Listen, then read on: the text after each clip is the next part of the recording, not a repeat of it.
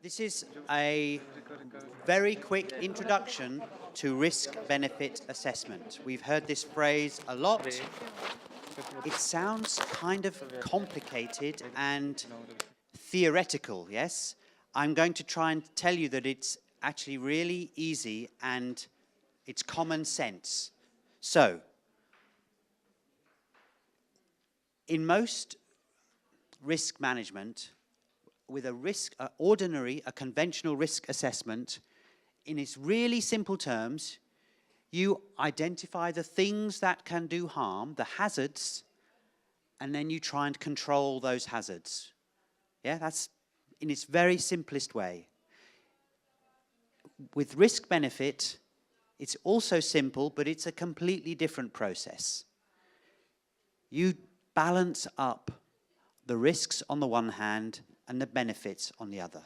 So it is simple in theory. That's all we're going to do. And in a minute, I'm going to ask you all to do a risk-benefit assessment.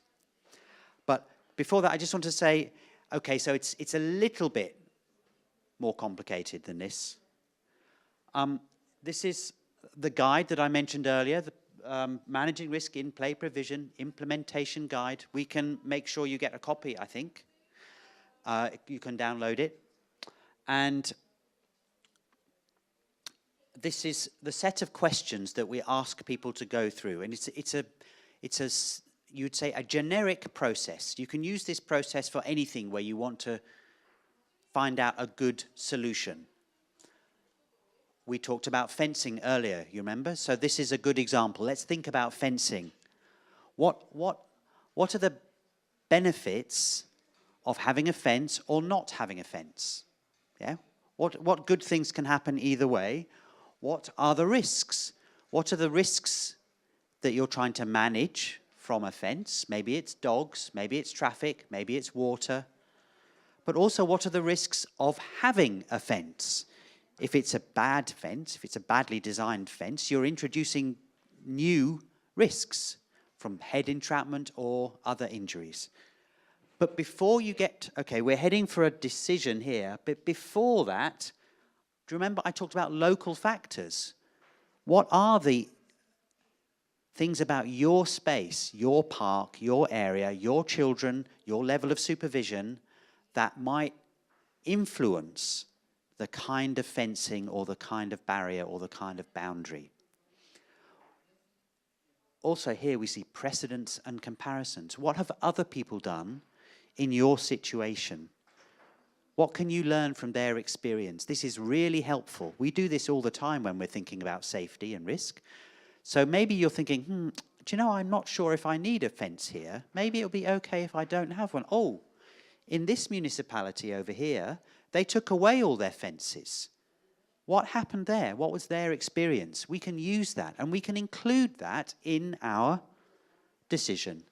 And then, of course, it's not, you don't just write something on a piece of paper and put it in a folder. You actually do what you said you would do. So this is risk-benefit assessment. There's no numbers, there's no checklist, there's no scoring, it's just a set of questions. So that's what I'm going to ask you to do now. And I'm going to ask you to do it about this feature. So I just need to tell you about this feature, okay? And I'm going to get you to talk in small groups, 2s and 3s, to do a risk-benefit assessment. And it's an art installation in a public space in London. And its full name is the Identified Flying Object. And, but it's commonly known as the bird cage, yes? And you can see why. So it's a big bird cage with a swing in it, right? So the interesting thing about this swing, any of you who know about the European standards, this swing does not comply with the European standards. There is an hazard, there is an obstacle in the fall zone, yes? And so the artist who designed this, maybe he didn't know about the standards, I don't know, but the landowner, yes, the developer, because this is on a development site, thought, we've put this object in, but now somebody's telling us it's not safe because it doesn't comply with the standards. What are we going to do about it? And one of the challenges here is, this is actually, people love this. They love it. Yeah, it's quirky, it's fun, it's a little bit different. And at night you can see it looks very distinctive. So it's become a kind of icon, an image for this part of London. You can still see it today if you come to King's Cross. So you would say the operator here, yes, the owner of this had a problem, and they solved the problem, and I will tell you how they solved the problem in a minute, but what I want you to do now is to try and solve the problem. I want you to do a risk-benefit assessment of that problem.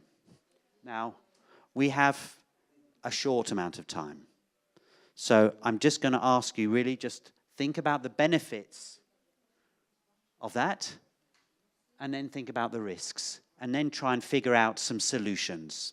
Yeah? And I'm going to give you 5 minutes.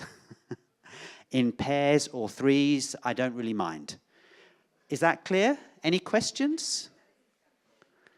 Good. Okay, so I'm going to... There you go. There's the structure. Risks, benefits, and your solution. 5 minutes. I'm sorry, I must move us forward because Mirjana wants some time. By the way, this is Paige Johnson here on the swing. Paige Johnson is she is the woman who curates Playscapes, the website Playscapes, which I think there is some material from Playscapes. It's the best website for getting ideas of playground design. So there's a nod to international expertise here. Now, I hope you reach some kind of decision. Of course, this is a kind of game, but I'm going to ask you to do some standing up and sitting down, okay? So I'm going to give you some different possible decisions. And then in each case, if this was your decision, I want you to stand up. By the way, this already has safety surfacing down here, so you don't need to worry about the safety surfacing. Okay, so stand up, please, if your decision was to remove the bird cage. You just thought it's too dangerous, we have to get rid of it. It's a perfect, it's a viable decision. Okay, nobody said that. Okay, stand up now if you decided we don't need to do anything. This is just fine as it is. There's no problem here. I think this is an acceptable risk versus the benefits. Yes, a few people. Don't be shy. Oh. Okay, so about maybe more than half. That's interesting. Now sit down. You can sit down. Now stand up if you thought maybe the structure needs to be changed. We need to do something to the physical structure. Julian, and some others. You're smart people. Stand up if you thought there needed to be some rules for use. Yes, you can use it in these hours. Or, yes, some people standing up. Okay, you are also smart people. Did anybody have anything? No, we haven't got time to have too much. So I'm now going to reveal what happened with this structure. Drum roll. Okay, so the operator rejected the idea of complying with the standard. It said, no, we want to keep the bird cage, and we know that by putting it in, we will not meet the standard for play equipment. So you can see here what it did. It did lower the swing height, and it also, I would say, beefed up. It strengthened the structure. And I didn't really tell you this, but one of the things that was happening was that sometimes you had 2 or 3 people on the swing, and the whole thing was going like this. So that's not so good. Also, they took the swing down at 9 o'clock at night every night. There's a reason for this. It's a local factor. This is a very popular part of the city, especially on a Friday and a Saturday night. Some of the players on this were not children coming home from school.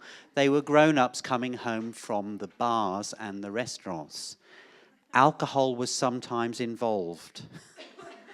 So, and they could see from their own monitoring that was one of the problems, was that people just, they're not so good at managing risk when we've had some alcohol inside us. So they would take the swing down at 9 o'clock at night every night, and that's still what happens.